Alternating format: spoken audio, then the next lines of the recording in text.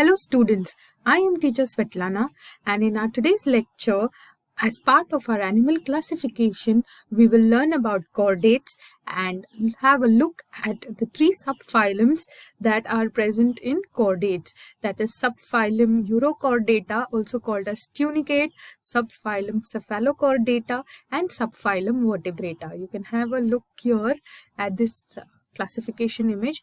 The phylum Chordata is showing three subphylums: Urochordata, Cephalochordata, and the phylum Vertebrata.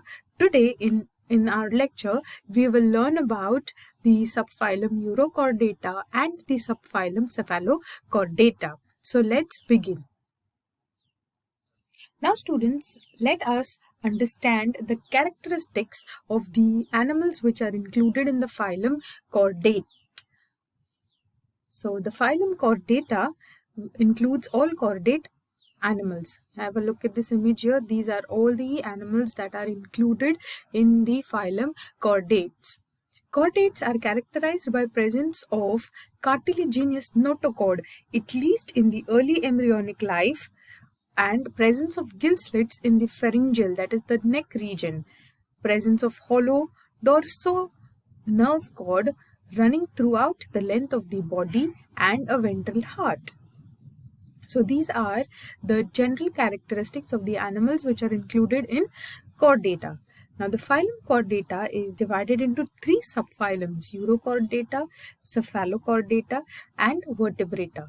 Urochordata and Cephalochordata are collectively called as photochordates.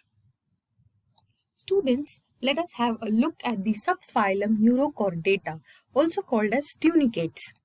These are also called as tunicates or ascidians.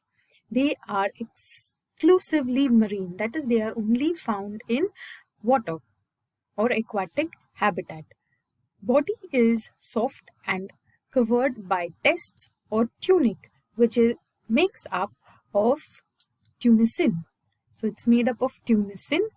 Notochord is present only in the tail of the larvae, hence the name Urochordata.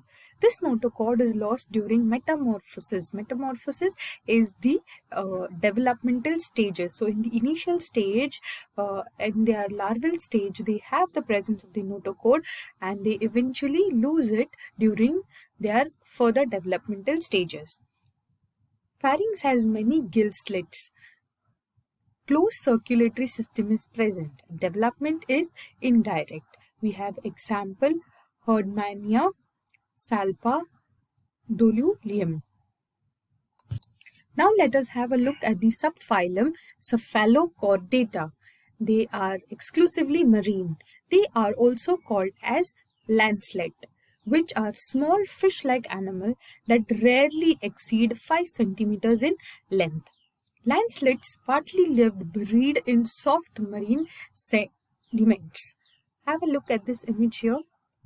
You can see this is the water here, and this is the sand bed, and you can see the animal here. Almost entire body is buried in the soil apart from the mouth region. Notochord extends throughout the length of the body and is present throughout the life here. In this image, you can see here it's labeled the notochord. So it is present throughout the body, right from the head region to the tail region, and it continues to be present throughout the life of the organism. Myotomes, that is muscle blocks, are present. Post-anal tail is present. So here a tail is present after the anus. Closed circulatory system is present. Blood is without pigments. Example, branchiostoma. So they are called as amphioxus or lancelets. This is an image of amphioxus. Then the last subphylum of the chordate is the subphylum Vertebrata. In these chordates, notochord is replaced by cartilaginous or bony vertebral column. So let us see the classification of the vertebrates. They are the amphibians, fish, reptiles, birds, mammals. If you have a look at these characteristics, these are the characteristics that we have already been studying in our lower classes. I'll give you a quick recap of these characteristics in this lecture. The detailed classification and the details of every single class I will discuss in the next lecture. So let's have a quick recap of what we already know about these animals. The amphibians, they have thin and humid skin transformation throughout their life cycle. They change their breathing methods, lungs, gills, skin. They are born from eggs. They are cold-blooded animals. They live on ground and water. Then when you talk about fish, they live underwater. They breathe throughout gills. Some of them have scales covering their bodies. Fins help them to move underwater. They are cold-blooded animals and they are born from eggs. Then we have reptiles, the longest lived species on the planet. They are cold-blooded animals, bodies covered with scale or shell. They cannot chew. They are born from eggs. They live on ground or on water or in the water. So then the next category is of birds, body covered with feathers. They have usually they are porous and they are light in weight. Their bones are hollow and which allows them to fly.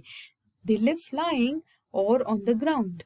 They have wings to fly. Their mouths are toothless and they have beaks. They are warm-blooded animals and they are born from eggs. And the last but not the least is mammals. They are born alive from the mothers. They breathe through lungs. They live in water, air, and the ground. They have their body covered with fur. They are warm-blooded animals. So these are some of the basic characters about the vertebrates that we have already studied in our lower classes. Now, in our next lecture, we will study this subphylum vertebrates and have a look at the divisions that are present in vertebrates in detail in our next lecture. Students, just to tell you an interesting fact about notochord, this notochord that we're talking about, which is a cord-like structure which is present in the dorsal side of these organisms. This notochord is a flexible rod-like structures of vacuolated cells.